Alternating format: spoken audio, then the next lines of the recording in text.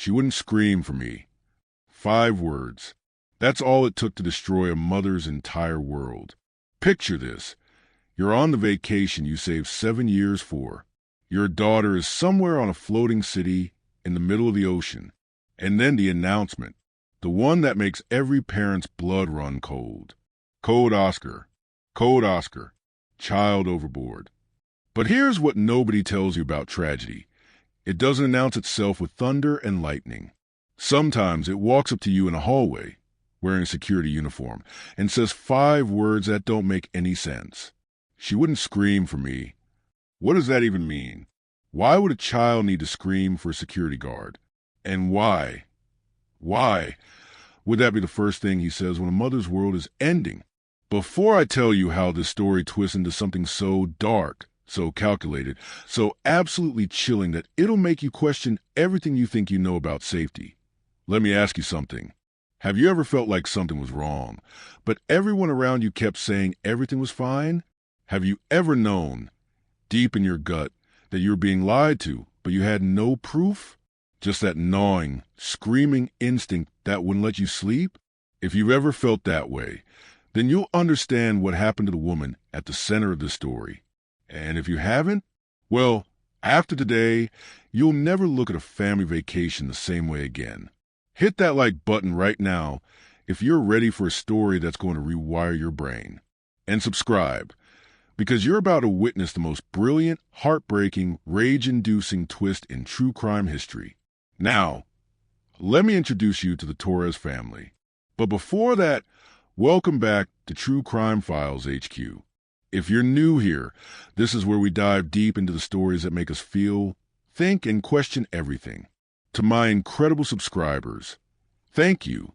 Truly, your comments, your shares, your messages, they fuel this channel. You're not just viewers, you're family. Before we step into today's story, let's take a moment to ground ourselves. Bow your heads with me, wherever you are. Dear Lord, I lift up every single person watching this video right now. Whatever burden they're carrying, whatever storm they're walking through, meet them there. Give them strength when they feel weak, hope when they feel hopeless, and peace that surpasses all understanding. Protect their families, guide their steps, and remind them that they are never, ever alone. In Jesus' name, amen.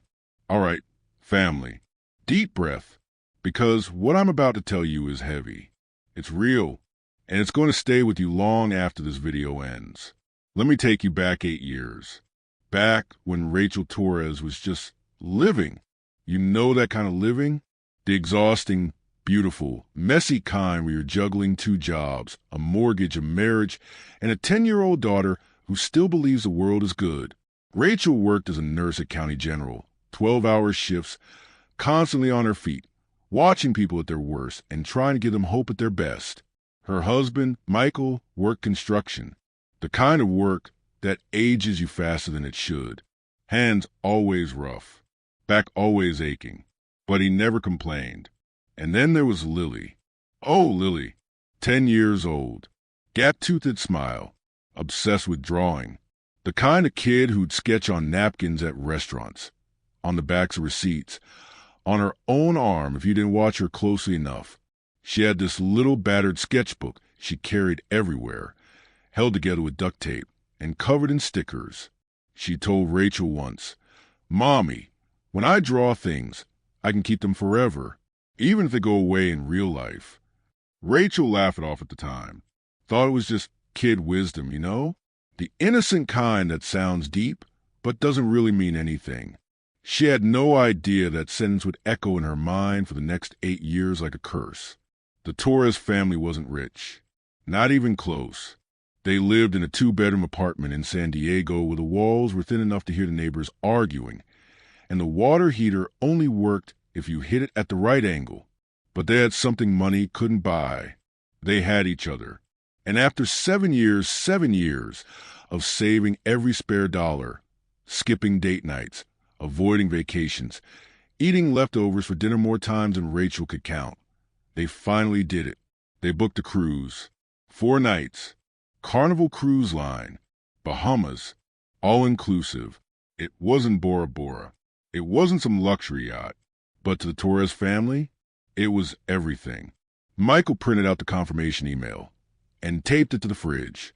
Lily drew a picture of a cruise ship surrounded by dolphins and hung it above her bed. And Rachel actually let herself hope. Hope that maybe, just maybe, they'd finally catch a break. That this trip would be the reset button their family desperately needed. She had no idea she was walking her daughter into hell. The ship was massive. Rachel still remembers stepping onto the deck that first day, holding Lily's hand and just staring. It looked like a floating city. Pools on every level. Restaurants. Theaters. A water slide that twisted 5 stories down. Thousands of people laughing, dancing, drinking. Lily's eyes went wide. "Mommy, this is the best day of my whole life." Rachel's chest tightened. The good kind of tightness. The kind that makes you realize you did something right. You haven't even seen your room yet, baby. Their cabin was small, barely enough space for 2 twin beds and a fold-out couch. But Lily didn't care. She pressed her face against the porthole window, watching the ocean stretch out endlessly in every direction. "Do you think mermaids are real?" she whispered. Michael laughed. "If they are, you'll probably draw one before you see one." "I'm going to draw everything," Lily said, clutching her sketchbook. "I'm going to fill every single page." And she did. Day 1, she drew the ship. Day 2, she sketched a family playing shuffleboard. Day 3, she captured a sunset so detailed Rachel almost cried looking at it. "You're going to be famous one day, Lily Bean," Rachel said, kissing the top of her head. Lily just grinned. "I don't want to be famous. I just want to remember." God, if Rachel had known what was coming, she would have held on tighter. She would have never let go. But hindsight is a cruel thing. That IT was day for when Rachel first noticed him. The security guard. She didn't know his name yet. Didn't know that in less than 12 hours, his face would be burned into her memory forever. But something about him made her pause. He was standing near the kids' club entrance, hand behind his back, eyes scanning the hallway like a hawk. Most of the crew smiled at passengers, waved, made small talk. Not him. He just watched. Rachel felt a chill crawl up her spine, but she shook it off. You know how it is. You get a weird vibe from someone, but you don't want to seem paranoid. You don't want to be that mom who freaks out over nothing. So she smiled at Lily and said, "You ready for arts and crafts?" Lily nodded, clutching her sketchbook. "Can I stay the whole time?" "Please. 2 hours, max. Then you come straight back to the cabin." "Deal. Deal." Rachel watched her daughter skip down the hallway. Ponytail bouncing, light-up sneakers flashing with every step. And that security guard? He watched too. Rachel told herself it was his job. That's what security does, right? They watch. They make sure kids are safe. But there was something about the way he looked at Lily, something that made Rachel's stomach twist. She almost went after her. Almost. But Michael called her name from down the hall, waving 2 fruity drinks with tiny umbrellas, and Rachel let herself get distracted. Just for a moment. Just long enough for everything to go wrong. 2 hours turned into 2.5. Rachel checked her watch, frowned, headed toward the kids' club. The hallway was quieter now. Most families were at dinner or watching the evening show. Rachel's footsteps echoed against the metal walls. When she reached the kids' club, the door was propped open.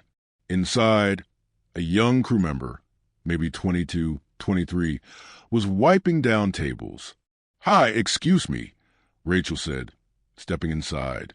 "I'm looking for my daughter, Lily Torres. She was supposed to be here for arts and crafts." The crew member looked up, confused. "Arts and crafts ended at 6, ma'am." Rachel's heart skipped. "What? No. She was here. Brown hair, pink shirt, light-up shoes." "I remember her," the crew member said slowly.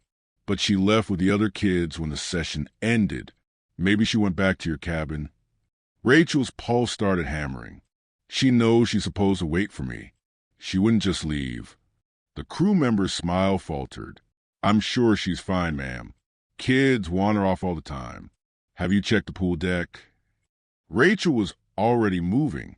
She ran, down hallways, up staircases, calling Lily's name until her throat burned. Lily! Lily! Baby, where are you? Other passengers stared. Some asked if she needed help. Rachel barely heard them. Michael found her on deck 9, frantic, tears streaming down her face. She's gone, Rachel choked out. I can't find her. Michael, I can't find our daughter. Michael's face went pale. Okay, we're going to find her. We're going to get security. I already did. Rachel screamed. They're looking, but Michael, something's wrong. Something's really wrong. And that's when they heard it. The announcement, cold, clinical, crackling through every speaker on the ship. Code Oscar, all crew to stations. Rachel's legs buckled because she knew, every parent knows, Code Oscar means one thing. Someone went overboard. Time stopped. That's the only way Rachel can describe it. The moment that announcement hit the speakers, the entire ship seemed to freeze mid-breath. The music cut out. The laughter died. Even the ocean felt quieter. Code Oscar, all crew to stations. Rachel didn't remember falling, but suddenly she was on the ground, Michael's hands gripping her shoulders, his voice distant and distorted like she was underwater. Ratch, Rachel breathed. It might not be, we don't know. But she did know. Mothers always know. It's this horrible, primal instinct that kicks in when your child is in danger. Every cell in your body starts screaming. Your stomach drops. Your chest tightens. Your mind races through every terrible possibility at once. And in that moment, Rachel knew her daughter was gone. Security flooded the deck. Crew members rushed past, speaking in rapid, clipped tones into their radios. Passengers whispered and stared, some with hands over their mouths. Others recorded on their phones like it was a spectacle instead of a nightmare. Rachel grabbed the nearest crew member, a young woman with a clipboard and a name tag that read Ashley. My daughter, Rachel gasped. Lily Torres, 10 years old. She's missing. Is the code Oscar? Ashley's face said everything Rachel needed to know. Pity, horror, that terrible, practiced sympathy you see in people who've been trained to deliver bad news. Ma'am, please, let me get someone from security to speak with you. No, Rachel screamed. Tell me now. Is it her? Ashley's lip trembled. We don't have confirmation yet, but there's been an incident involving a child. That's all I can say right now. Rachel's knees hit the deck again. Michael caught her, but barely. He was shaking just as hard. And that's when he appeared. The security guard. The one Rachel had seen earlier. The one who'd been watching Lily with those cold, calculating eyes. He walked toward them slowly, hands clasped behind his back, face completely unreadable. No urgency. No panic. Just calm. Too calm. Mr. and Mrs. Torres? His voice was flat, detached. Where's my daughter? Rachel lunged forward, but Michael held her back. The guard's expression didn't change. I need you both to come with me. Now! Answer her. Michael roared. Where's Lily? The guard finally looked at them, really looked at them, and for just a second, Rachel saw something flicker behind his eyes. Not sadness, not regret, something else, something darker. There's been an accident, he said quietly. We recovered a child from the water. We need you to identify. Rachel screamed. Not words, just sound. Raw, guttural, inhuman sound. The kind of scream that comes from a place so deep inside you, you didn't even know it existed. They were taken to a small, windowless room below deck. Sterile, cold, the kind of room that felt like it was designed to strip away hope. A metal table, 4 chairs, fluorescent lights buzzing overhead. Rachel sat with her hands clasped so tightly her knuckles were white. Michael paced, back and forth, like if he stopped moving, reality would catch up to him. The security guard, his name tag read Reyes, sat across from them, a laptop open in front of him. He typed slowly, methodically, like they weren't sitting there drowning in the worst moment of their lives. "I need to ask you some questions," Reyes said without looking up. "We need to see her," Rachel whispered. Her voice was hoarse, broken. "We need to see our daughter. All in due time, ma'am." Due time. Michael slammed his fist on the table. "Our daughter is dead, and you're worried about paperwork." Reyes finally looked up. His eyes were dead. Empty. "Mr. Torres, I understand you're upset, but if you want answers, I need you to cooperate." Rachel felt something crack inside her. Not break, crack. Like the first fracture in a dam before everything floods through. "What happened to her?" she asked, her voice barely audible. Reyes leaned back in his chair. "We believe Lily went onto the upper deck around 6:30 p.m. Surveillance shows her near the railing on deck 12. It appears she was alone. We think she leaned too far over and—" "No." Rachel shook her head. "No, Lily wouldn't do that. She's terrified of heights. She wouldn't even go near the railing. Grief can make us remember things differently, ma'am." "Don't you dare," Rachel hissed. "Don't you dare tell me what my daughter would or wouldn't do." Reyes didn't flinch. "We're reviewing the footage, but initial findings suggest accidental fall. There were no witnesses, no signs of foul play." Michael stopped pacing. "What do you mean, no witnesses? There are thousands of people on this ship. Deck 12 was relatively empty at that time. Most passengers were at dinner." Rachel's hands started shaking. She was supposed to be at the kids' club. How did she end up on deck 12? "That's what we're trying to determine." "And you," Rachel said, her eyes locking onto Reyes. "I saw you earlier today. You were watching her." For the first time, something shifted in Reyes's expression. Just a flicker, a crack in the mask. "I was doing my job, ma'am." "You were staring at her." "I monitor all guests, especially children." "Why?" Reyes closed his laptop. Slowly, deliberately. "Mrs. Torres, I understand you're looking for someone to blame, but your daughter's death was a tragic accident. Nothing more." And then, God, Rachel will never forget this. He stood up, straightened his uniform, and said, "She wouldn't scream for me." The room went silent. Michael froze mid-step. Rachel's breath caught in her throat. What did you just say?" Rachel whispered. Reyes blinked, like he'd just realized he'd spoken out loud. "Nothing. I misspoke." "No." Rachel stood, her chair screeching against the floor. "You said she wouldn't scream for me. What does that mean?" "It means nothing." "Bullshit." Michael stepped forward. "Why would our daughter need to scream for you?" Reyes's jaw tightened. For a moment, he looked like he might say something. Something real. Something true. But then his face went blank again. "I'll have someone escort you to identify the body." And just like that, he walked out. They didn't let Rachel see Lily's face. The medical examiner, a tired-looking woman with kind eyes, explained that the body had been in the water for over an hour, that the injuries were extensive, that it would be traumatic for Rachel to see her daughter like that. "We just need you to identify any distinguishing marks," the examiner said gently.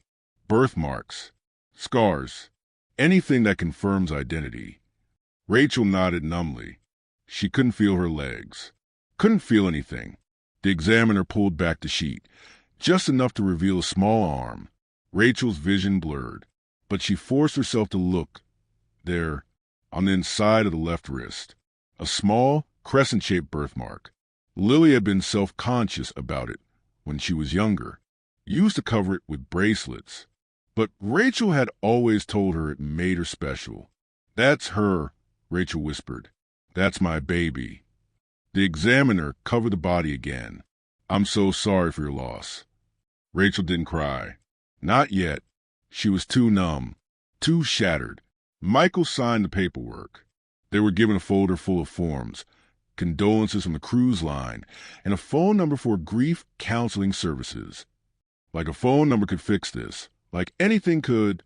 The cruise line moved fast. Too fast. Within 48 hours, Rachel and Michael were sitting in a lawyer's office back in San Diego, being handed a settlement offer, $250,000, in exchange for signing a non-disclosure agreement and waiving their right to sue. They're trying to silence us, Michael said, staring at the paperwork like it was a bomb. The lawyer, a shark in a suit named Patterson, shrugged. They're protecting their brand. Cruise lines can't afford bad press. A child's death? That's a PR nightmare. They want this buried fast. In exchange for signing a non-disclosure agreement and waiving their right to sue. They're trying to silence us, Michael said, staring at the paperwork like it was a bomb. The lawyer, a shark in a suit named Patterson, shrugged.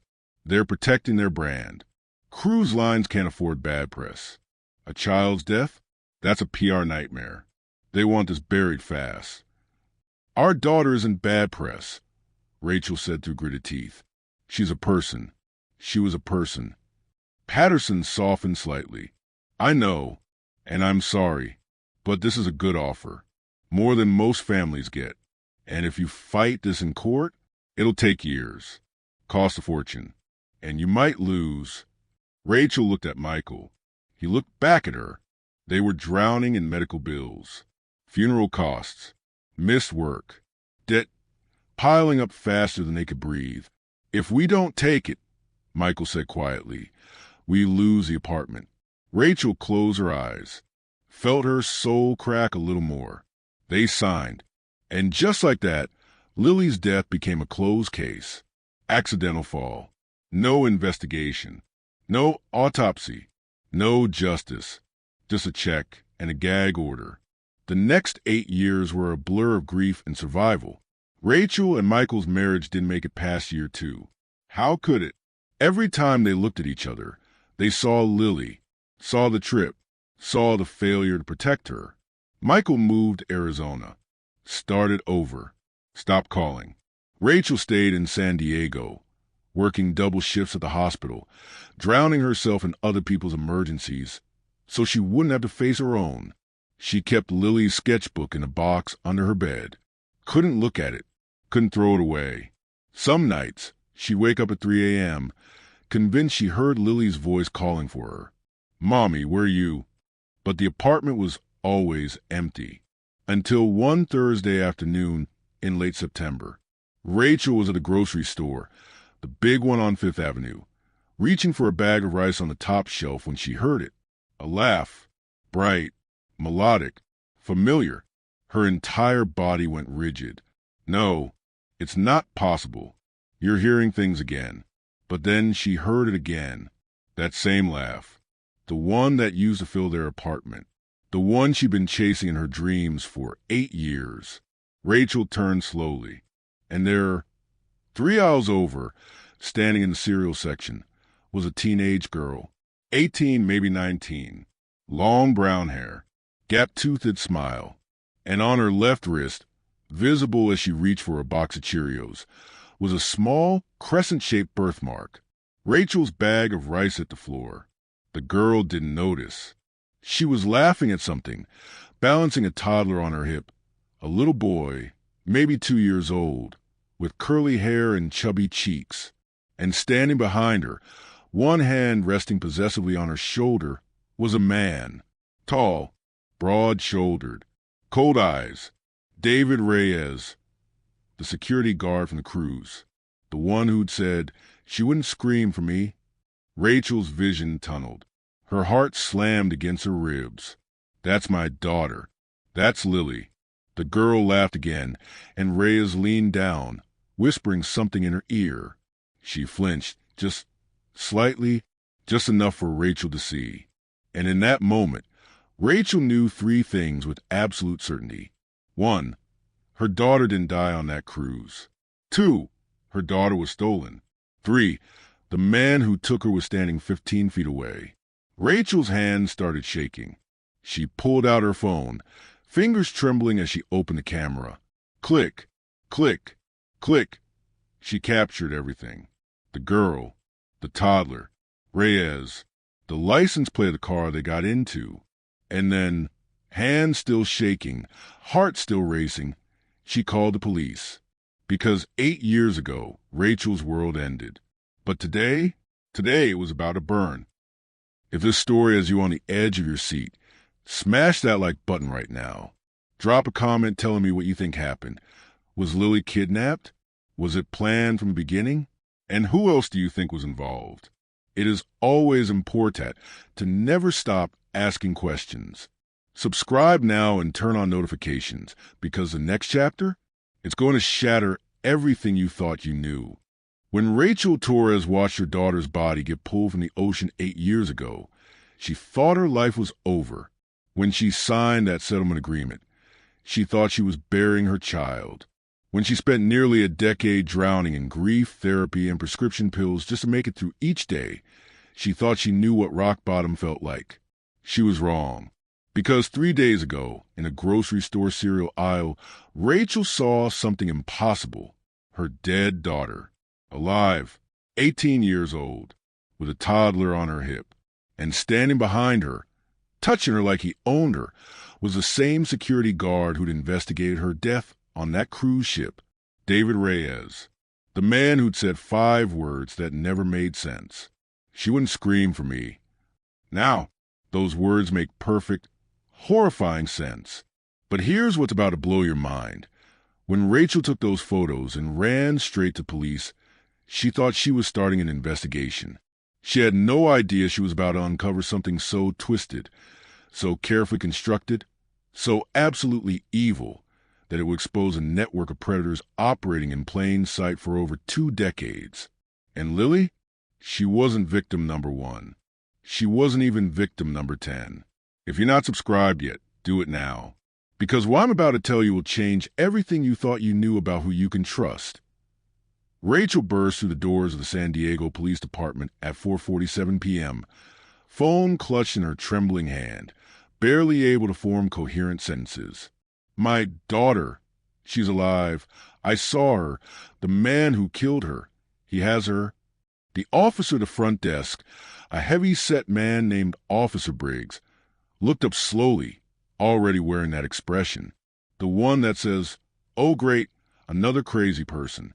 "Ma'am, I need you to calm down and start from the beginning." "I don't have time for the beginning." Rachel slammed her phone on the counter.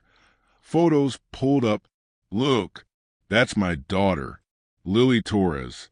She was declared dead 8 years ago on a Carnival cruise, but she's alive. And that man, David Reyes, he was a security guard who—" "Ma'am." Briggs held up a hand. "You're saying your daughter, who died 8 years ago, is alive?" "Yes." "And you saw her at a grocery store?" "Yes." "With him, with the man who was supposed to be investigating her death?" Briggs exchanged a look with another officer, a younger woman named Castellano, and Rachel saw it. That flicker of doubt. That terrible, patronizing sympathy. They thought she was delusional. "Mrs. Torres," Briggs said carefully, "have you been taking any medication? Are you currently seeing a therapist for—" "I'm not crazy." Rachel's voice cracked. "Look at the photos. That birthmark on her wrist. That's Lily's birthmark. Crescent-shaped left wrist. She's had it since birth." Castellano stepped closer, examining the photos. Her expression shifted slightly. "That could be anyone, ma'am. Birthmarks aren't exactly unique identifiers." "Then check the records." Rachel was crying now, desperate. "Check the case file from the cruise. There was never a real autopsy. No DNA confirmation. They rushed the whole thing and paid us off to stay quiet." That got their attention. Briggs straightened. "There was a settlement?" $250,000. And an NDA. They wanted the story buried. Castellano and Briggs exchanged another look. This one was different. Okay, Castellano said slowly. Let's go somewhere private, and you can walk us through everything. From the beginning. They sat in a small interrogation room. The irony wasn't lost on Rachel. While she poured out 8 years of grief, guilt, and now impossible hope, she told them about the cruise, about Lily going missing, about Code Oscar, about David Reyes, and those 5 horrible words. She wouldn't scream for me. She told them about the body, about how they never let her see Lily's face, about the rushed investigation, about the settlement, and then she showed them the photos again, zoomed in on the birthmark, on the girl's face, on the way she flinched when Reyes touched her. That's not normal, Rachel said, voice shaking.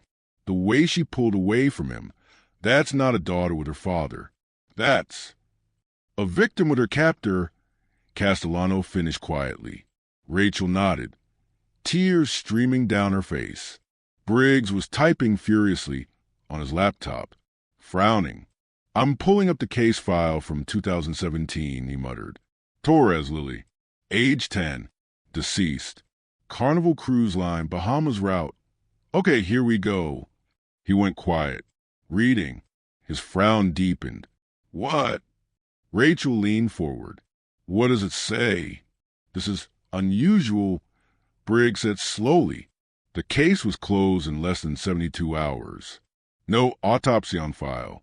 No DNA confirmation. Just a visual identification based on, he paused, a birthmark. Rachel's blood went cold. That's it? That's all they used. According to this, you confirmed the identity based on a crescent-shaped birthmark on the left wrist. The body was cremated 48 hours later, before any further testing could be done. We didn't ask for cremation, Rachel whispered. The cruise line said it was protocol, that we didn't have a choice because of international waters, and, oh my God, the pieces were clicking into place. Horrible, sickening pieces. They gave us someone else's body, Rachel breathed. They showed me a birthmark, could have been drawn on, could have been anyone, and I was so destroyed, so broken, I didn't question it. And then they cremated the evidence before anyone could prove it wasn't her. Castellano sat back, her face pale. If that's true, this isn't just kidnapping. This is conspiracy, fraud, murder, possibly, of whoever that child actually was. And it was planned, Briggs added grimly. This level of coordination, the fake body, the rush investigation, the payout, the NDA, this wasn't opportunistic. This was calculated. Rachel's hands were shaking so violently she had to clasp them together. So, what do we do? How do we prove it's her? Briggs closed his laptop. First, we need to verify the girl's identity. Do you know where they went after the grocery store? Rachel shook her head. I got photos of their car, but I didn't follow them. I came straight here. Give me the license plate number. Rachel rattled it off from memory. Briggs wrote it down. Second, Castellano said, we need to move carefully. If this David Reyes is involved in something this sophisticated, he's not working alone. And if he realizes we're onto him, he'll run, Rachel finished. He'll take her and disappear. Exactly. So we need concrete evidence before we make a move. DNA would be ideal, but... I have her toothbrush, Rachel blurted out. They both looked at her. From when she was 10. I kept everything. Her room is exactly how she left it. I couldn't. Her voice broke. I couldn't let go. Castellano reached across the table, squeezing Rachel's hand. That might just save her life. Within 6 hours, Detective James Morgan was assigned to the case. Morgan was a 20-year veteran of San Diego PD, grizzled, sharp-eyed, and known for taking on cases other detectives wouldn't touch. Cold cases, conspiracy theories that turned out to be true, the weird ones. This was right up his alley. He met Rachel at her apartment at 11 p.m. that same night, a forensic tech named Gomez trailing behind him with an evidence kit. Show me the room, Morgan said without preamble. Rachel led them down the hallway, her hands trembling as she reached for the doorknob. She hadn't opened this door in 3 years. Couldn't, but now she had to. The door creaked open. Inside, everything was frozen in time. Posters of dolphins and unicorns on the walls. A bed with a purple comforter. Stuffed animals arranged carefully on the pillow. And on the desk, covered in a thin layer of dust, Lily's art supplies. Pencils, markers, half-finished sketches. Gomez moved efficiently, photographing everything before carefully bagging Lily's toothbrush, hairbrush, and a pillowcase. This should give us enough DNA for comparison, Gomez said. But we'll need a sample from the girl to match it against. How do we get that without tipping him off? Rachel asked. Morgan smiled grimly. Leave that to me. The license plate came back registered to a David Reyes. Address, 4429 Maple Grove Lane, a quiet suburban neighborhood in Chula Vista. Morgan ran a background check. David Reyes, age 47. Former Carnival Cruise Line security officer from 2015 to 2018. Currently unemployed. No criminal record. No red flags. On paper, he was nobody. But Morgan had been doing this long enough to know that the worst monsters always look normal on paper. By 6 a.m. the next morning, an unmarked surveillance van was parked 3 houses down from 4429 Maple Grove Lane. Inside, Morgan and Castellano watched the house through high-powered cameras. Movement, Castellano murmured. Front door. The door opened. The teenage girl stepped out, same one from Rachel's photos, wearing jeans and an oversized hoodie. She walked to the mailbox, pulled out a stack of letters, and started back toward the house. That's when Morgan saw it, the way she glanced over her shoulder. Nervous. Quick. The way she hurried back inside, head down, shoulders hunched. She's scared, Morgan said quietly. Look at her body language. That's not a kid going to check the mail. That's a prisoner, making sure the guard isn't watching. Castellano zoomed in as the girl reached the front door. Right before she went inside, she paused just for a second and looked directly at the surveillance van. Her eyes were haunted, empty. Like she learned a long time ago that hope was dangerous. Then the door closed. We need to move on this, Castellano said. The longer we wait, the more danger she's in, Morgan finished. But we move too fast, and he lawyers up. Or worse, he runs. And if he runs, we might never find her again. So what's the play? Morgan was quiet for a long moment, thinking. Then his phone buzzed out a text from Gomez. DNA results back. It's a match. Morgan's jaw tightened. We just got confirmation. That girl is Lily Torres. She was kidnapped, declared dead, and has been held captive for 8 years. Castellano's face went pale. We need to get her out of there. Now! Agreed, but we do this smart. I want a full tactical team. I want Child Protective Services on standby, and I want every single person who was involved in that cruise investigation pulled in for questioning. That's a lot of moving parts. This is a lot bigger than one kidnapping, Morgan said grimly. I've seen this before. This level of planning? This isn't Reyes' first time. And I bet my badge he's not working alone. At 5:47 a.m. on a gray Thursday morning, 14 San Diego police officers surrounded 4429 Maple Grove Lane. SWAT, detectives, paramedics, Child Protective Services. Rachel sat in an unmarked car half a block away, Morgan beside her, watching through binoculars as the team moved into position. When we go in, Morgan said quietly, it's going to be chaotic, loud, scary. If that's your daughter in there, she's not going to recognize you. She's been living with this man for 8 years. He's all she knows now. Rachel's throat tightened. Will she hate me? She'll be confused, traumatized. But hate you? No. Kids don't hate their parents for being victims too. I should have fought harder, Rachel whispered. I should have never signed that NDA. I should have. Stop, Morgan said firmly. You did what any parent would do in an impossible situation. You survived. That's not a crime. Rachel nodded, but the guilt still sat heavy in her chest. Morgan's radio crackled. All units in position. Awaiting your signal. Morgan took a breath. Execute. The front door exploded inward. Police. Search warrant. Get on the ground. Officers flooded the house. Moving fast, methodical, weapons drawn. Living room. Clear. Kitchen. Clear. Hallway. Contact. Male suspect. Bedroom on the left.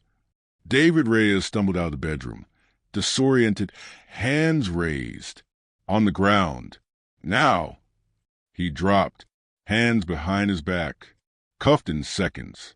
But his face, God, his face wasn't panicked. Wasn't scared. He was smiling. Just slightly. Like he'd been expecting this. Where's the girl? The lead officer barked. Reyes said nothing. Just kept smiling. Search every room. They found her in the second bedroom. Huddled in the corner. Knees pulled to her chest. Eyes wide with terror. The toddler, the little boy from the grocery store, was clutched against her chest, crying. Officer Castellano was the first through the door. She holstered her weapon immediately, hands raised, voice soft. Hey, sweetheart. It's okay. You're safe now. We're police officers. We're here to help. The girl didn't move. Just stared. My name's Officer Castellano. What's your name? The girl's lips trembled. When she finally spoke, her voice was barely a whisper. Daisy. Castellano's heart sank. Daisy. That's a beautiful name. How old are you, Daisy? 18. And this little guy. Castellano nodded toward the toddler.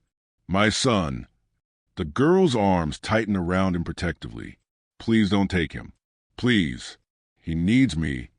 Castellano crouched down slowly. No one's taking him, sweetheart. But we need you both to come with us. You're not in trouble. I promise. He said you'd say that. The girl's voice was hollow, robotic, like she was reciting lines. He said you'd lie. He said you'd take me away and hurt me. Who said that, Daisy? The girl's eyes flicked toward the hallway, toward where Reyes was being dragged out in handcuffs. My dad. They brought her out slowly, wrapped in a blanket, the toddler still in her arms. Paramedics flanking her on both sides. Rachel saw her from the car, and her entire world tilted. It was Lily, older, thinner, hair longer, eyes haunted.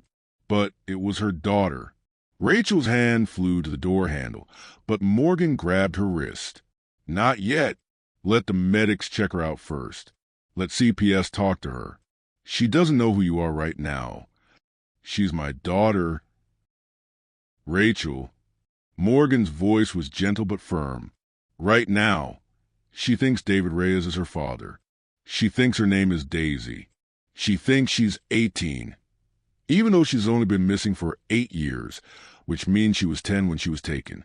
Someone's been lying to her, manipulating her. We need to move carefully.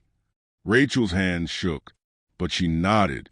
She watched as they loaded Lily, Daisy, into an ambulance. Watched as the girl looked back at the house, tears streaming down her face. Watched as Reyes, being shoved into a police cruiser, caught the girl's eye and mouthed something.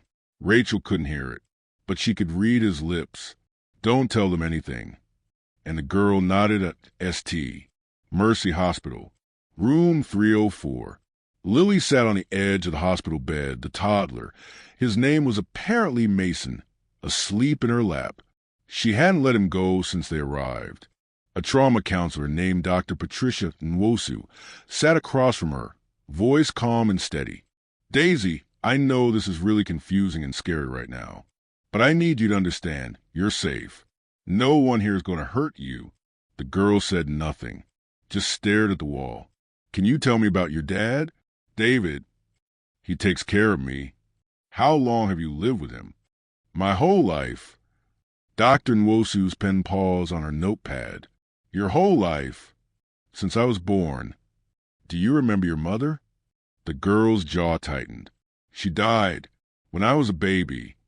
Who told you that? My dad. Dr. Nwosu leaned forward slightly. Daisy, what if I told you that wasn't true? The girl's head snapped up. You're lying. I'm not. Your real name is Lily Torres. You were born in San Diego. Your mother's name is Rachel, and she's alive. No. The girl shook her head violently. No, you're lying. You're trying to confuse me. That's what Dad said you'd do. Lily. My name is Daisy, she screamed. Mason woke up crying. The girl immediately soothed him, rocking him gently, whispering, It's okay, baby. It's okay. Mama's here. Dr. Nwosu sat back, heartbroken. This was going to take time. A lot of time.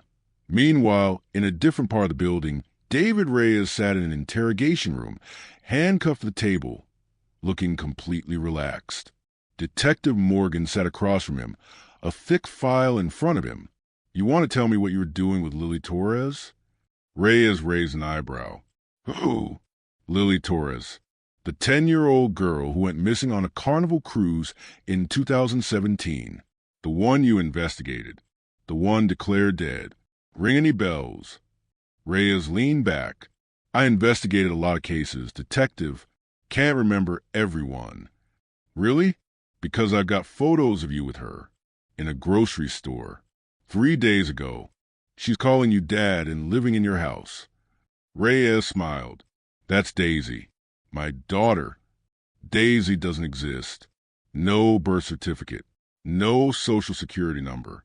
No medical records. She's a ghost. Maybe you're just not looking hard enough. Morgan slammed his hand on the table. Cut the crap, Reyes. We've got DNA evidence. That girl is Lily Torres. You kidnapped her 8 years ago, faked her death, and have been holding her captive ever since. That's a fascinating theory. It's not a theory. It's a fact. Reyes leaned forward, his smile widening.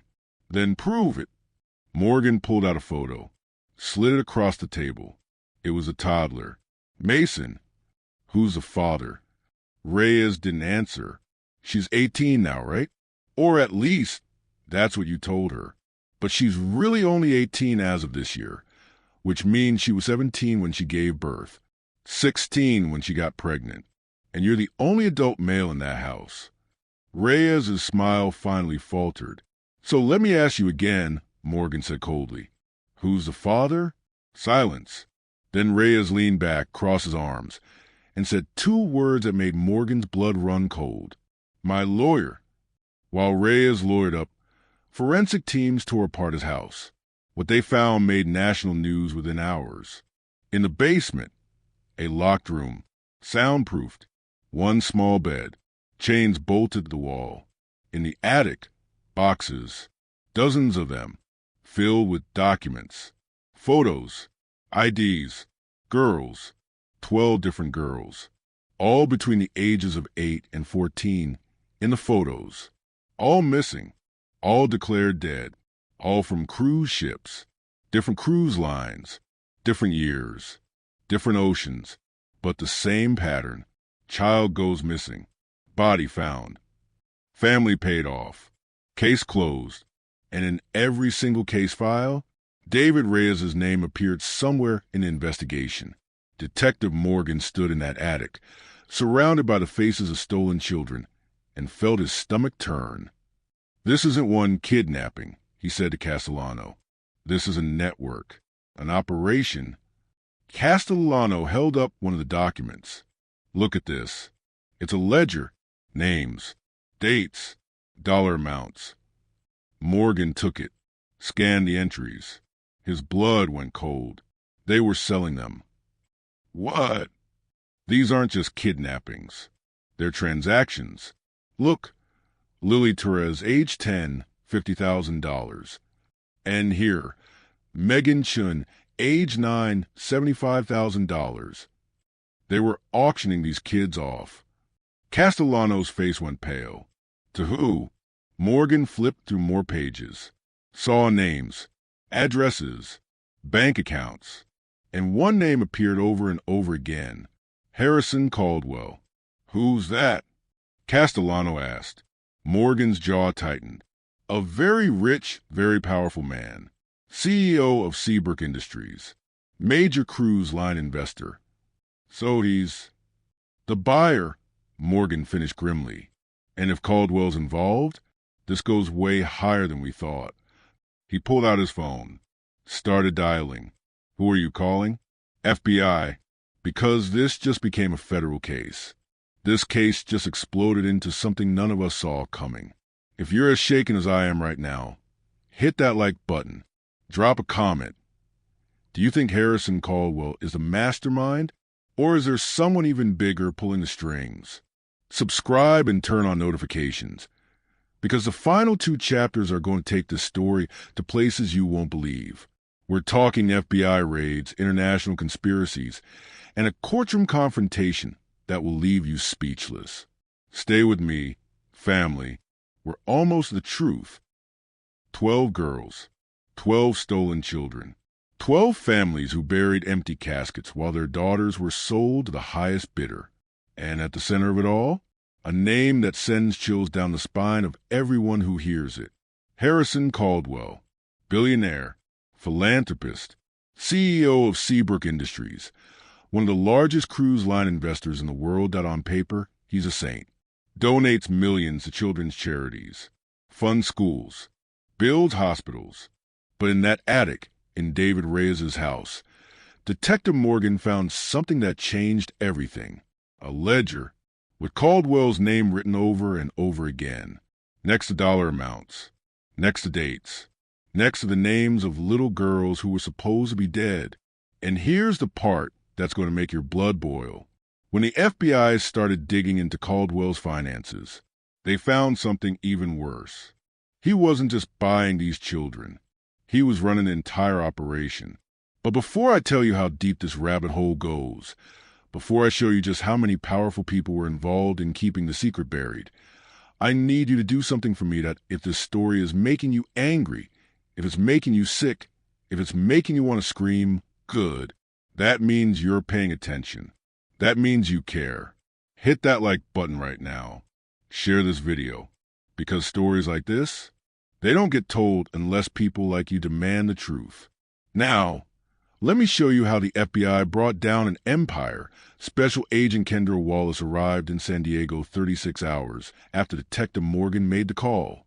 She walked into precinct at 6 a.m. with a team of 12 agents, 3 forensic accountants, and a warrant that made Morgan's eyes go wide. We're seizing everything, Wallace said, her voice sharp and efficient. Bank records, email servers, phone logs, every piece of paper in Reyes's house, every device, every file. Morgan handed her the ledger. This is what you need to see first. Wallace flipped through it. Her jaw tightened with every page. How many girls total? 12 confirmed. But based on the dates in that ledger, we think there might be more. Some of these entries don't have names attached, just codes. Wallace looked up. Codes. Morgan pointed to one entry. Package number 7. Age 11. Blonde. $80,000. Delivered March 15th, 2019. They weren't even using names, Morgan said quietly. Just inventory numbers. Wallace's hands trembled slightly as she closed the ledger. Where's Reyes now? Jail. Lawyered up. Won't talk. He will. Wallace's smile was cold. Because we're about to offer him a deal he can't refuse. Talk or spend the rest of his life in a federal prison where every inmate knows he's a child trafficker. Morgan raised an eyebrow. You think he'll flip? They always do when they realize the alternative is death. Real quick. Family, if you're feeling that rage building up inside you right now, let me know in the comments. Type justice if you want to see Harrison Caldwell go down for this. And if you haven't subscribed yet, what are you waiting for? Hit that button because this story is about to get even crazier. All right, let's keep going. Back at the hospital, Rachel sat outside room 304, staring at the door that separated her from her daughter. Dr. Nwosu emerged, exhausted. "How is she?" Rachel asked immediately. "Traumatized, confused, angry."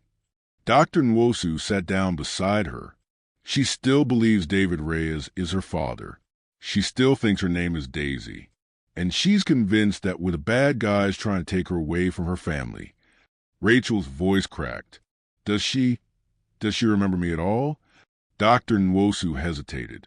"I showed her photos. Of you. Of her as a child. Of the apartment you used to live in. And she said they were fake. That you photoshopped them to confuse her." Rachel covered her face with her hands. 8 years. He had her for 8 years. He erased me completely. "Not completely," Dr. Nwosu said softly. "When I showed her a picture of her old sketchbook, the one with the dolphins and the ocean drawings, she started crying. She didn't know why, but something in her recognized it." Rachel looked up, hope flickering in her chest. "Can I see her?" "Not yet, but soon. We're making progress. Slow progress, but progress." Inside the room, Lily, still calling herself Daisy, sat on the bed. Staring at the photos spread out in front of her, a woman. Brown hair, kind eyes, smiling. "Your mother," they kept saying. "This is your real mother." But it couldn't be real, because Dad told her. Dad, a flash of memory.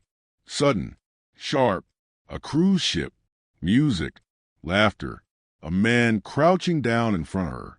"Hey, sweetheart, are you lost?" "I can't find my mommy." "Don't worry, I'll help you find her. Just come with me." Lily's breath hitched. Another flash. A dark room. Cold. Chains on her wrists. "Stop crying. No one can hear you. I want my mommy." "Your mommy's dead. I'm your father now. Say it." "No." A slap. Sharp. Stinging. "Say it." You're my father." "Good girl." Lily gasped, the memory slamming into her like a freight train. She looked down at her left wrist, at the crescent-shaped birthmark, and suddenly she remembered her mother tracing that birthmark with her finger. "This makes you special, Lily Bean. It means you're mine. Always." Lily's hand started shaking. Her name wasn't Daisy. It was Lily. And the man she'd been calling Dad for 8 years? He was a monster. She stood up, legs trembling, and walked the door. Opened it slowly. Dr. Nwosu and Rachel both turned. Lily's eyes locked on Rachel's. And for the first time in 8 years, she whispered the word she thought she'd never say again. "Mommy?" Rachel's sob echoed through the hallway. They held each other for what felt like hours. Rachel couldn't stop touching her daughter's face, her hair, her hands, like she needed to confirm Lily was real, that this wasn't another cruel dream. Lily cried into Rachel's shoulder, 8 years of pain and confusion pouring out all at once. "I'm sorry," Lily kept whispering. "I'm so sorry. I forgot you. I forgot everything." "Sure, baby, no." "No." Rachel pulled back, cupping Lily's face. "You survived. That's all that matters. You survived. He told me you were dead," Lily choked out. "He told me I was his daughter. He told me." Her voice broke. "He made me believe him. I know, baby. I know." And Mason, Lily's eyes filled with fresh tears. "Mason he's..." Rachel's stomach dropped. "Is David his father?" Lily nodded, shame flooding her face. "I was 16. I couldn't. He said if I didn't stop." Rachel pulled her close again. "Stop. You were a child. None of this is your fault. Do you hear me? None of it." Lily collapsed against her mother, and for the first time in 8 years, she felt safe. But outside the room, Detective Morgan was on the phone with Agent Wallace, and the news he was getting made his blood run cold. "Say that again," Morgan said slowly. Wallace's voice was grim. "We've been monitoring Caldwell's communications. 30 minutes ago, he booked a private jet to the Cayman Islands. He's running." When does the flight leave? 2 hours. Morgan checked his watch. Can we stop him? We're trying. But Caldwell has connections. Judges, politicians, people who owe him favors. If he gets on that plane, we lose him forever, Morgan finished. Exactly. Morgan's jaw tightened. What about Reyes? Has he talked yet? He's asking for a deal. Full immunity in exchange for testimony against Caldwell and everyone else involved. Do we give it to him? Wallace was quiet for a moment. If it means taking down the entire network? Yes. As much as I hate it, yes. Morgan closed his eyes. Letting Reyes walk free felt like swallowing poison. But if it meant saving other girls who might still be out there, still trapped, then it was worth it. Make the deal, Morgan said. But I want every name, every location, every person involved. You'll get it. But Morgan, there's something else you need to know. What? We found another ledger. In Caldwell's offshore accounts. And Wallace's voice dropped. There are over 40 girls listed. 40. Some as recent as 3 months ago. Morgan's stomach turned. Where are they? That's what we're about to find out. 40 girls. 40 stolen lives. 40 families who have no idea their daughters are still alive. If that doesn't make you want to fight for justice, I don't know what will. Smash that like button if you think Harrison Caldwell needs to pay for every single one of these crimes. Drop a comment. What do you think happens next? Does he escape? Or does justice finally catch up to him? Stay with me, because this next part is going to blow your mind. Harrison Caldwell lived in a fortress, a $12 million estate in La Jolla, overlooking the Pacific Ocean. Walls, gates, security cameras, armed guards, the kind of place that screamed, I'm untouchable. At 7:32 p.m., FBI agents surrounded the property. Wallace stood at the front gate, warrant in hand, a SWAT team behind her. FBI, open the gate. Nothing. Open the gate or we're coming through. Still nothing. Wallace nodded to the SWAT commander. Breach it. The gate exploded inward. They stormed the property, agents flooding every entrance, every hallway, every room. Clear. Clear. Clear. They found Caldwell in his office, calmly packing a briefcase. He looked up when Wallace entered, and he smiled. Not a nervous smile. Not a guilty smile. A confident smile. Agent Wallace, I presume? Harrison Caldwell, you're under arrest for conspiracy, human trafficking, racketeering, and about 40 other charges I'm going to enjoy reading to you. Caldwell set down his briefcase slowly. I'm afraid you made a mistake. The only mistake here is you thinking you'd get away with this. Do you have any idea who I am? Caldwell's voice was calm. Cold. I have senators on speed dial, judges who owe me their careers, lawyers who could tie you up in court for decades. Wallace stepped closer. And I have 12 families whose daughters you stole. 40 more who don't even know their children are still alive. And a ledger with your name on every single page. Caldwell's smile faltered. You're done, Wallace said quietly. Turn around, hands behind your back. For the first time, fear flickered across Caldwell's face. But then, he did something no one expected. He laughed. You think I'm the one in charge? He shook his head.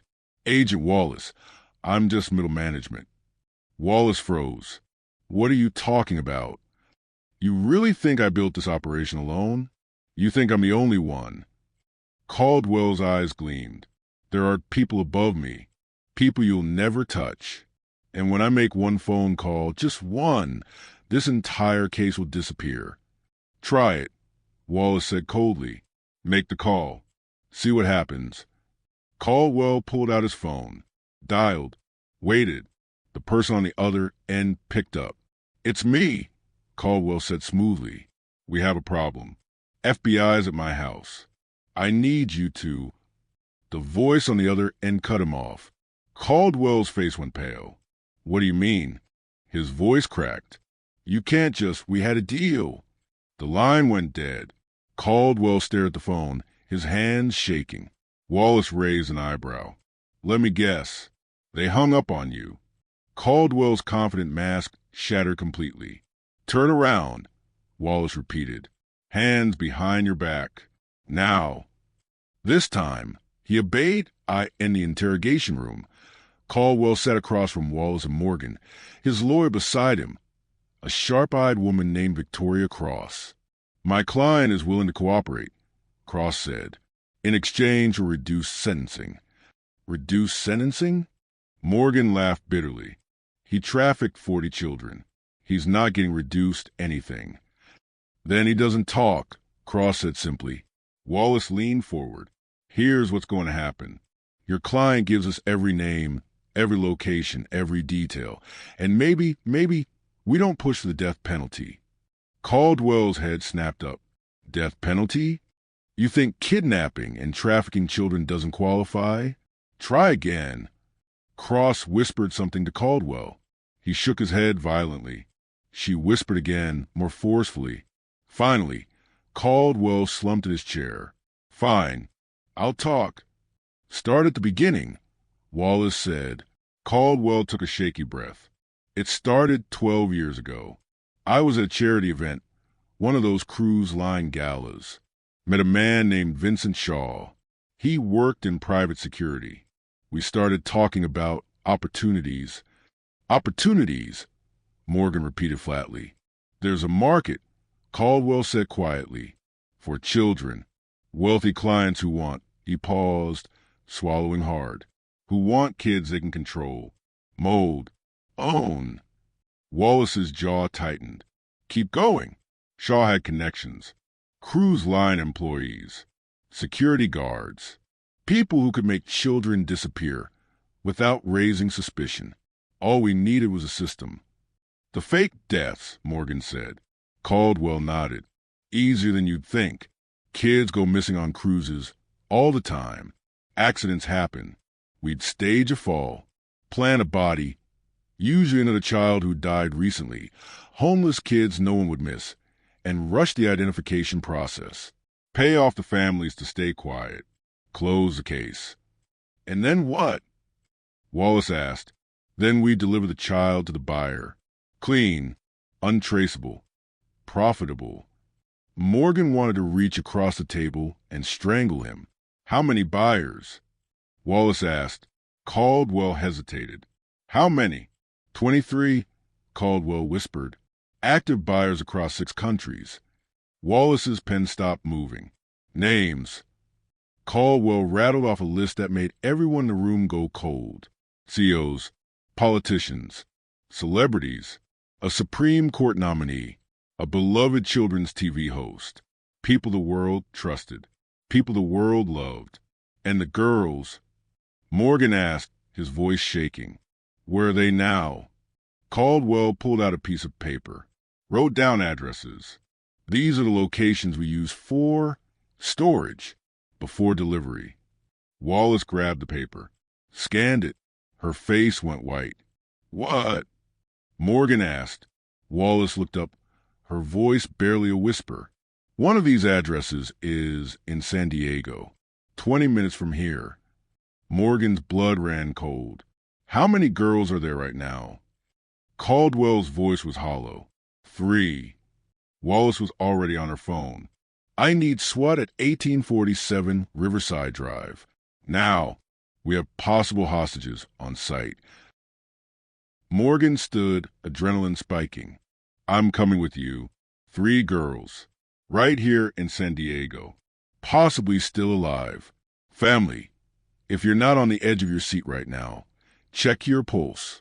Drop a save them in the comments if you're praying these girls make it out alive. And if you haven't hit that subscribe button yet, do it now, because what happens next is going to leave you speechless. Let's Go Point 1847 Riverside Drive was a nondescript warehouse in an industrial district. No signs, no markings, just concrete and rust. By the time Wallace and Morgan arrived, SWAT was already in position. Thermal imaging shows 3 heat signatures inside. The SWAT commander reported. Second floor, northeast corner. Any hostiles? One.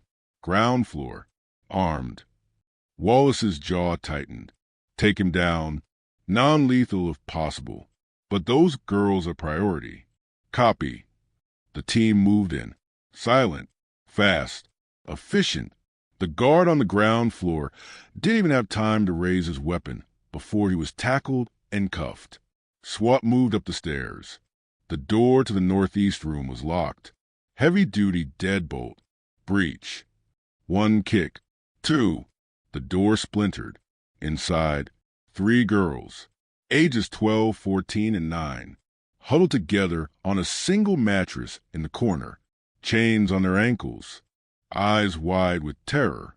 The oldest, a girl with dark hair and hollow eyes, pulled the younger 2 behind her protectively. "Stay back," she screamed. "Don't touch them." The SWAT officer lowered his weapon immediately, hands raised. "Hey, it's okay. We're police. We're here to help. You're safe now." "That's what they said," the girl sobbed. "And then they locked us in here." An EMT pushed forward, a woman named Jordan with a kind face. "Sweetheart, my name is Jordan. I'm a paramedic. See this badge? I work for the city, not for whoever brought you here. We're going to get you out of here and take you somewhere safe. I promise." The oldest girl stared at her for a long moment. Then she whispered, "Are our parents looking for us?" Jordan's eyes filled with tears. "Yes, baby. They never stopped." The girl's face crumpled. She started sobbing, deep, wrenching sob that shook her entire body. The other 2 girls clung to her, crying too. Jordan moved forward slowly, gently cutting the chains with bolt cutters. "You're going home," Jordan whispered. "You're going home." Within 72 hours, the FBI had raided 6 more locations across 3 states. They recovered 19 girls total. 19 children who'd been declared dead, who had graves with their names on them, who had families that never stopped mourning. And now, against all odds, they were coming home. Rachel sat in the hospital waiting room, watching the news coverage on the TV mounted in the corner. Breaking news. FBI dismantles international child trafficking ring. Over 20 suspects arrested, including billionaire philanthropist Harrison Caldwell. Lily sat beside her, Mason asleep in her arms. "Do you think they'll find all of them?" Lily asked quietly. "All the girls." "I don't know, baby," Rachel said honestly. "But they're trying." Lily nodded, staring at the TV. Then she said something that made Rachel's blood run cold. "Mom, there's something I didn't tell the police." Rachel turned. "What do you mean?" Lily's hands tightened around Mason. "When I was at David's house, I heard him on the phone sometimes, talking to someone." "Okay." "He called them the bishop, and he said," Lily's voice dropped to a whisper, "he said the bishop was planning something big, something that would change the game entirely." Rachel's stomach dropped. "Did you tell Agent Wallace this?" "I was going to, but..." Lily hesitated. "Mom, what if the bishop comes after me? After us?" David said the bishop never left loose ends. Rachel pulled Lily close. "No one is going to hurt you. I promise." But even as she said it, Rachel felt a chill crawl down her spine. Because if there was someone above Caldwell, someone powerful enough to make a billionaire look like middle management, then this wasn't over. Not even close. That night, Agent Wallace sat in her office, reviewing the interrogation tapes. Caldwell's voice echoed through the speakers. "You think I'm the one in charge? I'm just middle management." Wallace paused the tape, rewound it, played it again. Something about the way he said it bothered her. She pulled up the list of buyers Caldwell had provided, 23 names, all powerful, all connected, but something was missing. She opened her laptop, accessing the financial records her team had seized. Offshore accounts, shell companies, wire transfers, and then she saw it. One account that didn't match any of the names on the list. Code name, Bishop. Transactions going back 15 years. Millions of dollars. Hundreds of transfers. Wallace's hands started shaking. She cross-referenced the account with known criminal databases. Nothing. She ran the transactions through their pattern recognition software. And then the system pinged. Match found. Wallace clicked on the file. Her breath caught in her throat. The account was linked to a name everyone in America knew, a name that appeared on TV every week, a name that no one would ever suspect. Wallace grabbed her phone, hands trembling. Morgan, we have a problem. What kind of problem? Wallace stared at the name on her screen, her voice barely a whisper, the kind that would have burned this entire country to the ground. Family, if your jaw just hit the floor, you're not alone. Who is the bishop? Drop your theories in the comments right now. I'm reading every single one. Hit that like button if the story has you absolutely hooked. Share this video because people need to know the truth. And subscribe with notifications on because Chapter 6 is going to expose the bishop's identity, and trust me, it's someone you would never expect. The final chapter drops next, and it's going to change everything you thought you knew about power, corruption, and how deep this evil really goes. I'll see you there. Family, stay vigilant, stay safe, and never stop demanding justice. For 15 years, the bishop watched as children vanished into thin air, watched as families fell apart, watched as an empire's suffering was built, one stolen life at a time. And the whole time, the bishop smiled, gave interviews, shook hands, accepted awards, because the bishop wasn't hiding in the shadows. The bishop was standing in the spotlight, beloved, trusted, untouchable, until tonight. Tonight, I'm about to tell you a name that's going to make you question everything, a name that's going to make you sick, a name that proves evil doesn't always look like a monster in a dark alley. Sometimes, evil looks like the person you invite into your living room every single week. But before I shatter everything you thought you knew about who deserves your trust, I need you to understand something. This isn't just a story about one trafficking ring. This is a story about a system, a network, a conspiracy so massive, so carefully protected, that it took the FBI, Interpol, and 20 different agencies working together just to scratch the surface. And even now, even with arrests being made, even with families being reunited, there are still people out there, powerful people who will do anything to keep this buried. So if you're watching this video, you're not just a viewer, you're a witness. And witnesses have power. Hit that like button. Share this video everywhere. Tag your local news. Tag your representatives. Make noise, because silence is exactly what they're counting on. Now, let me introduce you to the bishop. Agent Wallace stared at the name on her screen for a full minute before she could even process it. It wasn't possible. It couldn't be possible. But the evidence didn't lie. Financial records, wire transfers, encrypted communications, travel records that perfectly matched the dates when children went missing. All of it pointed to one person. Senator Marcus Donovan, three-term senator from California, chaired the Committee on Child Welfare and Family Services. The man who'd authored 12 bills protecting children's rights. The man who appeared on morning shows talking about keeping kids safe. The man parents trusted. Wallace felt bile rise in her throat. She grabbed her phone, called Morgan. "Tell me you're sitting down," she said without preamble. "Why?" Morgan's voice was cautious. "Because I just figured out who the bishop is." Silence. Then, who? Wallace took a shaky breath. Senator Marcus Donovan. The line went dead quiet. "Morgan, did you hear me?" "Yeah." His voice was hollow. "Yeah, I heard you. Are you absolutely sure?" Financial records don't lie. Bishop's account is linked directly to Donovan's offshore holdings. And Morgan, her voice cracked. The dates match.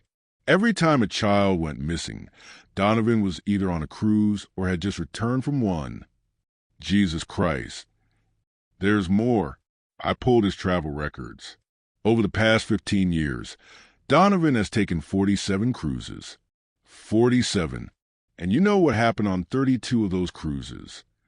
Morgan's voice was barely a whisper. A child went missing. Exactly. How we move on this? Morgan asked. He's a sitting senator. We can't just kick down his door. We can with the right warrant, but we need to move fast. If Donovan catches wind that we're on to him, he disappears. Worse, Wallace said grimly. He starts cleaning up loose ends. And loose ends in this case means witnesses. Girls who might be able to identify him. Morgan's voice went cold. You mean Lily? She spent time at one of the storage facilities. She saw people coming and going. If Donovan ever visited that location, she could identify him. Wallace's voice was urgent. Morgan, where's Lily right now? St. Mercy Hospital. Room 304. Why? Get there. Now. I'm sending a protective detail, but until they arrive. Morgan was already moving. I'm on my way. Family, if you're feeling sick right now, good.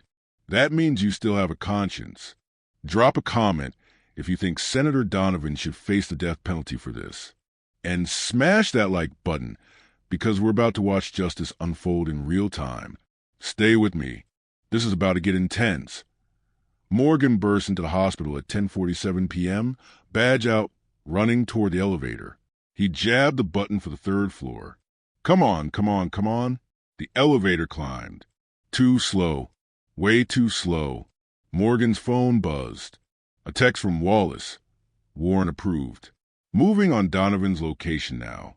ETA on protective detail. 12 minutes. 12 minutes.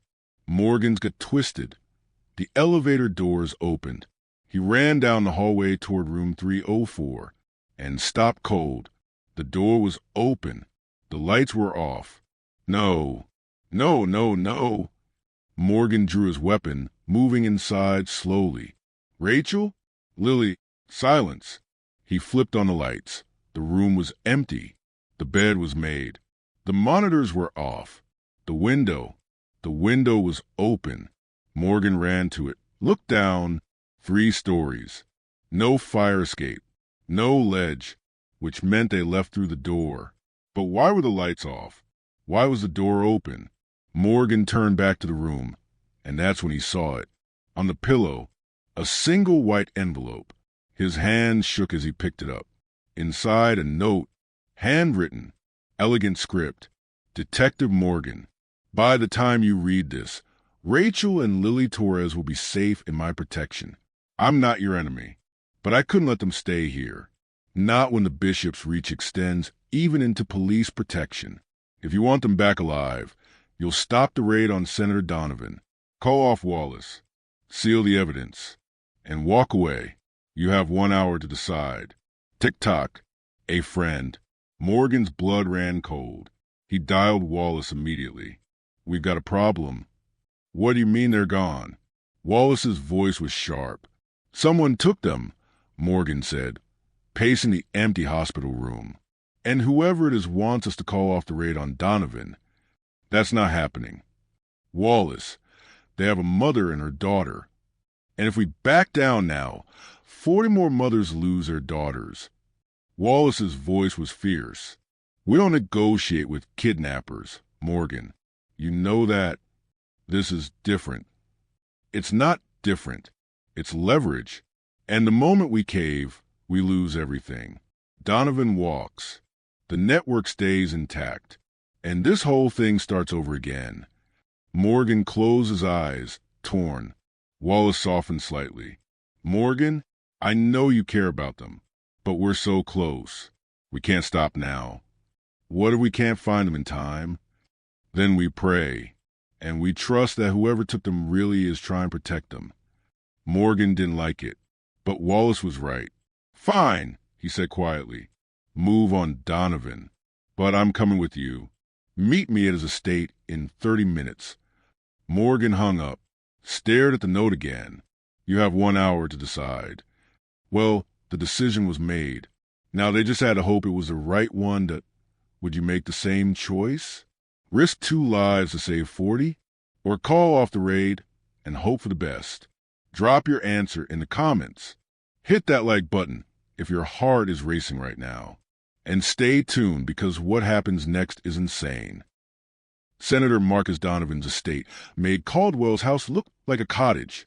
20-acre property in Rancho Santa Fe. Mansion with 14 bedrooms. Olympic-sized pool.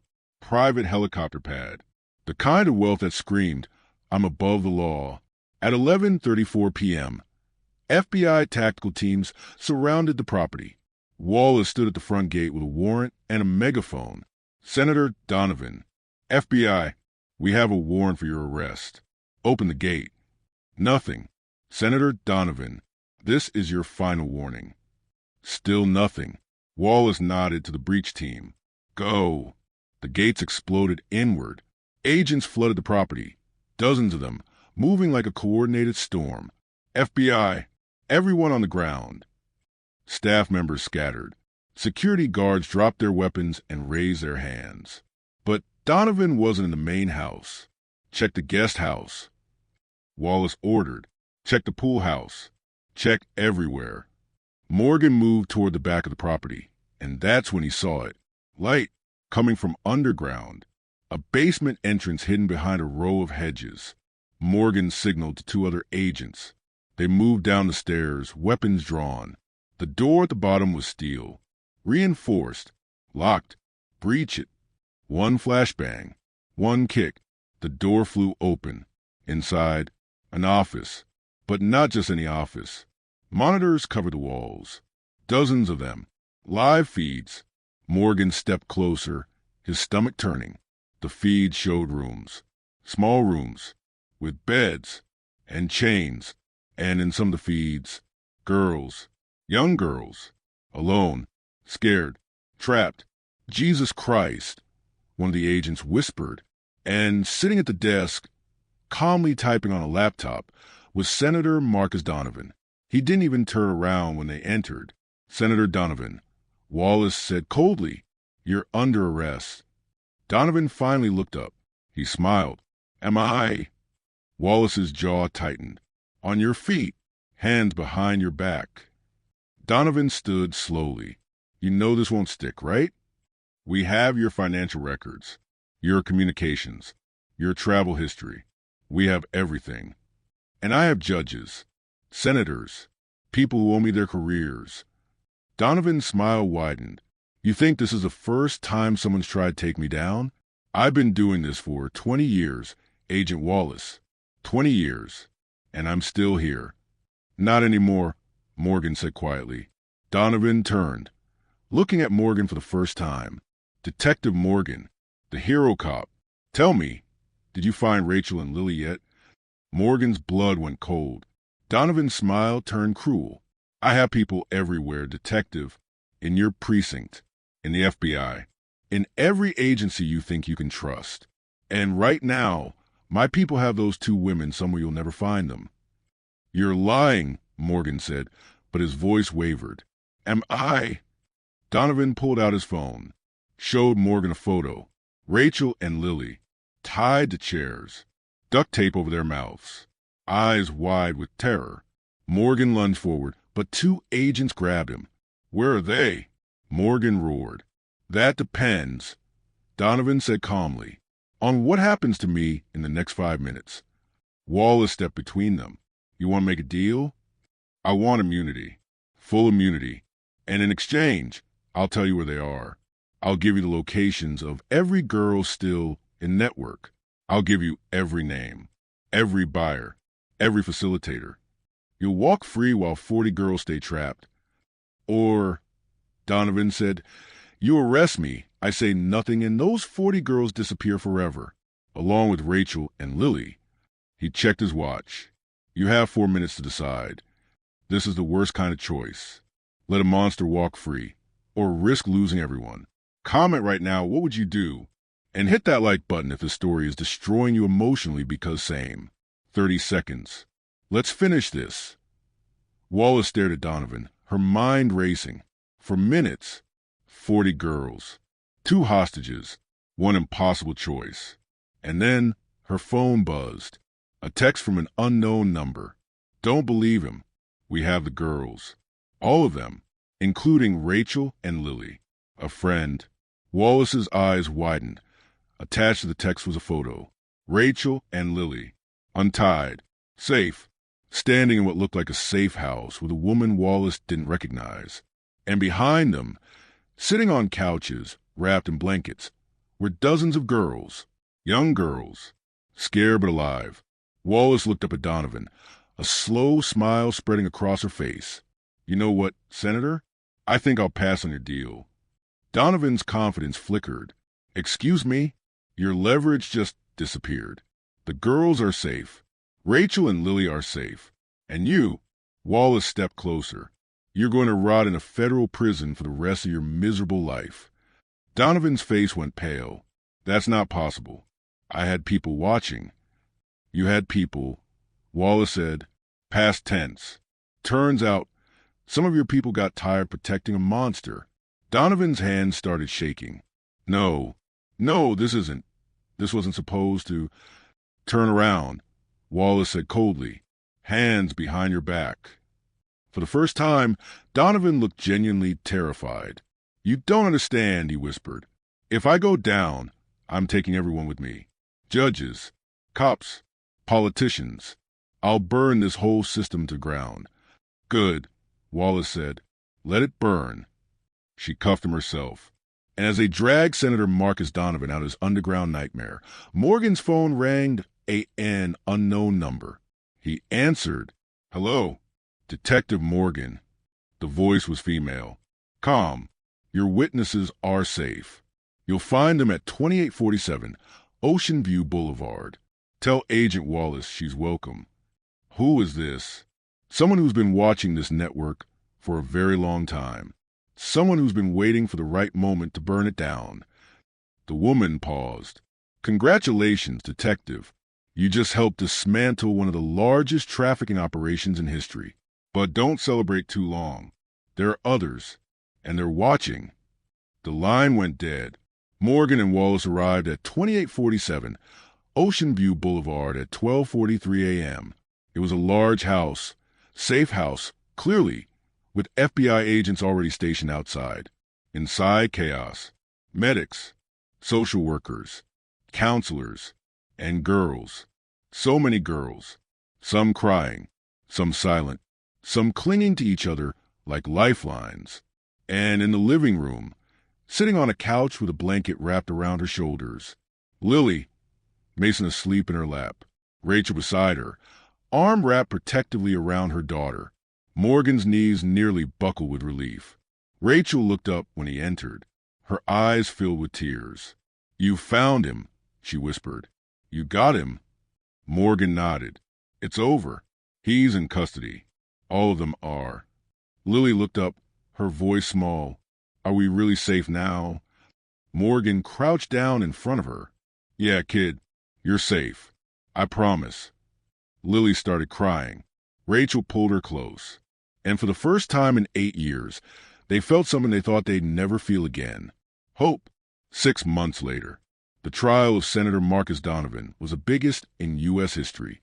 43 counts of child trafficking, 27 counts of conspiracy, 18 counts of kidnapping.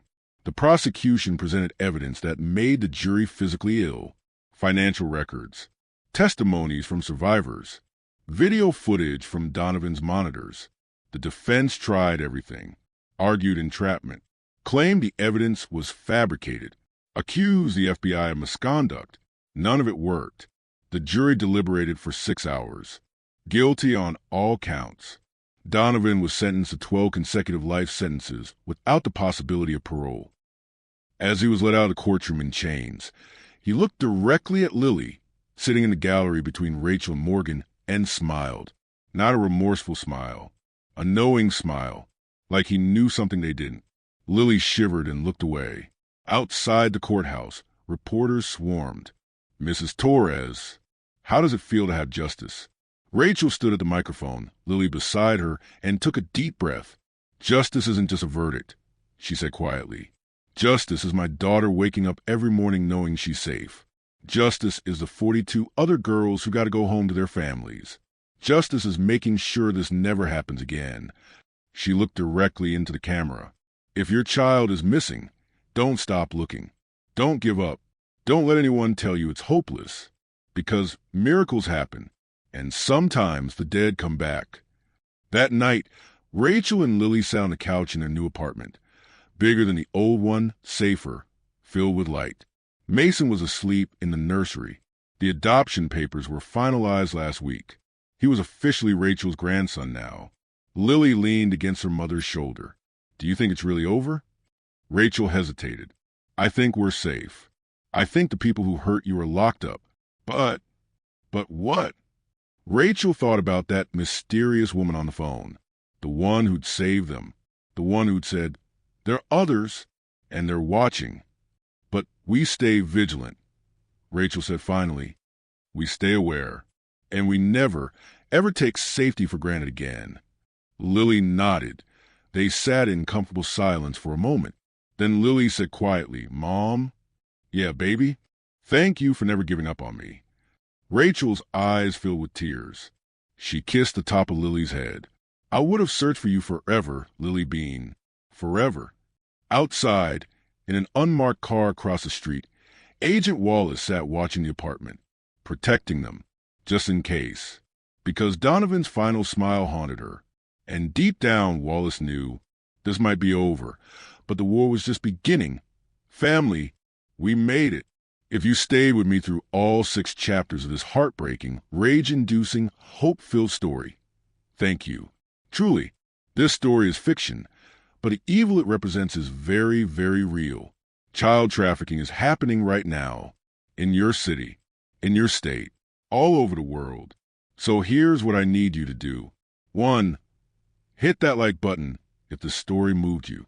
2, share this video everywhere, because awareness saves lives. 3, drop a comment telling me what you learned from this story. 4, subscribe and turn on notifications because I'll never stop telling stories that matter. And finally, if you suspect a child is being abused or trafficked, call the National Human Trafficking Hotline, 1-888-373-7888. You could save a life. Before we go, let's pray one more time. Dear Lord, I lift up every child who's trapped right now, every child who's scared, every child who thinks no one is coming. Send them hope. Send them protection. Send them people who will fight for them. And give us your people the courage to stand up, speak out, and never look away from evil. In Jesus' name, amen. I love you, family. Stay safe, stay vigilant, and never stop fighting for justice. I'll see you in the next one.